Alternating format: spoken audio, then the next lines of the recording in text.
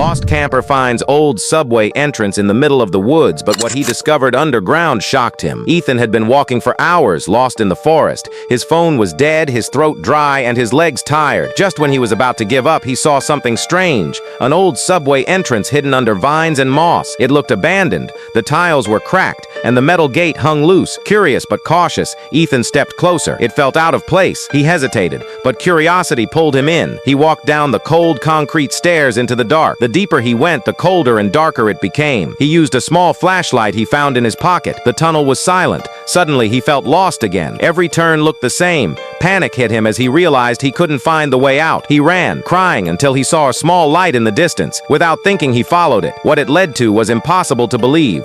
Ethan followed the faint light, his chest tightening with every step. His legs ached from running, but something about the glow pulled him forward. He kept his flashlight steady, the beam trembling in his hand. The tunnel walls were damp, covered in patches of moss, and every drip of water echoed like a clock ticking inside his head. The deeper he went, the brighter the light became, until finally he stepped into a small chamber. His breath caught in his throat. In the center of the room sat an old wooden trunk, large and heavy, its surface carved with strange symbols. Dust clung to it in thick layers, as though no one had touched it for decades. The air in the chamber smelled of rust and damp stone, but also of something older, like the pages of forgotten books. Ethan's hands shook as he crouched down before the chest. For a moment he hesitated. 100 thoughts raced through his mind. Should he open it? Should he even be here? He had only been trying to find a way out, but now, standing in front of the chest, he felt as though he had stumbled into a secret meant to stay hidden. His fingers brushed against the lid, and it shifted under his touch with a creak that made him flinch. Slowly, carefully, he pushed it open. The hinges groaned in protest, the sound breaking the silence of the underground like a warning. Inside, neatly arranged, were stacks of old letters bound with twine, black and white photographs curled at the edges, and peculiar objects that gleamed faintly in the dim light. Ethan reached for one of the photographs. It showed a young couple standing on a subway platform, the man in a uniform, the woman in a patterned dress holding his arm. Their faces were frozen in time, smiling as though they were on the edge of a journey. He frowned. He didn't recognize them, yet something about their expressions felt unsettlingly familiar. He placed the photo aside and unfolded one of the letters. The handwriting was elegant, written in ink that had faded with age but still carried a weight of emotion. The words spoke of love and distance, of promises made in secret, and of a journey that ended below ground where no eyes can see. Ethan's throat tightened as he read. Another letter spoke of tunnels being used to hide from bombings during a war. Another mentioned a safe chamber carved out to protect those fleeing above. But one particular letter made his stomach twist.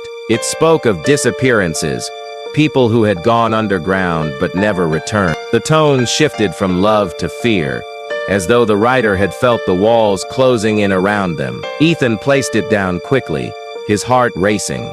Still, he couldn't stop himself. He sifted through the chest, letter after letter, story after story, until he felt as though he was no longer just Ethan, lost in the forest, but part of the lives of those who had come before him. The photographs revealed families, soldiers, workers, all frozen in time around trains and tunnels that looked eerily like the one he was standing in now. The objects puzzled him: a brass compass, an old silver locket, a rusted key. Each item seemed deliberately placed, like clues waiting for someone to find them. Ethan forgot his fear for a while. Sitting cross-legged on the cold floor, he read until the words blurred together. It was only when his flashlight began to flicker that he remembered where he was. He blinked, lifting his head. The chamber was silent, so silent it pressed against his ears.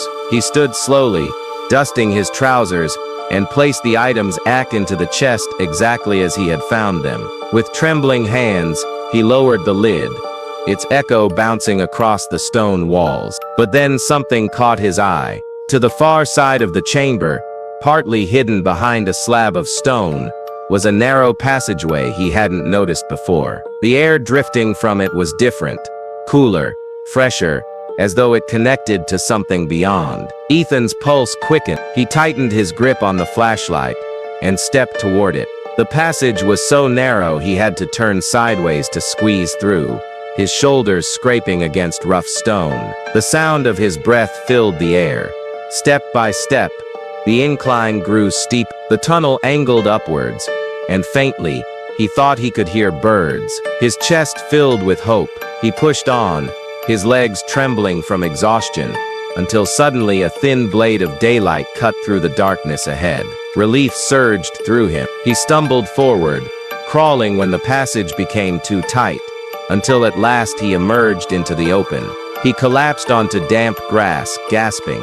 Above him, the forest stretched endlessly, bathed in the golden glow of morning. The sun was just beginning to rise, casting streaks of orange across the sky. Birds sang in the distance, their calls sharp and alive after the suffocating silence of the tunnels. Ethan lay still, staring at the trees, the relief washing over him in waves. He was safe. He had made it out. When he sat up, his eyes drifted back toward the dark hole in the ground from which he had crawled. The entrance was almost invisible, hidden by ferns and twisted roots. Anyone could walk by and never know it was there. But Ethan knew what lay beneath the chest. The letters, the stories of lives hidden underground. It no longer scared him. In fact, part of him felt drawn to it. Days later, he returned. This time he brought a notebook and pen. He sat by the entrance in the soft light of morning and began to write. Page after page, he recorded what he had seen. The chest, the carvings, the photographs, the words written decades ago by people he would never meet.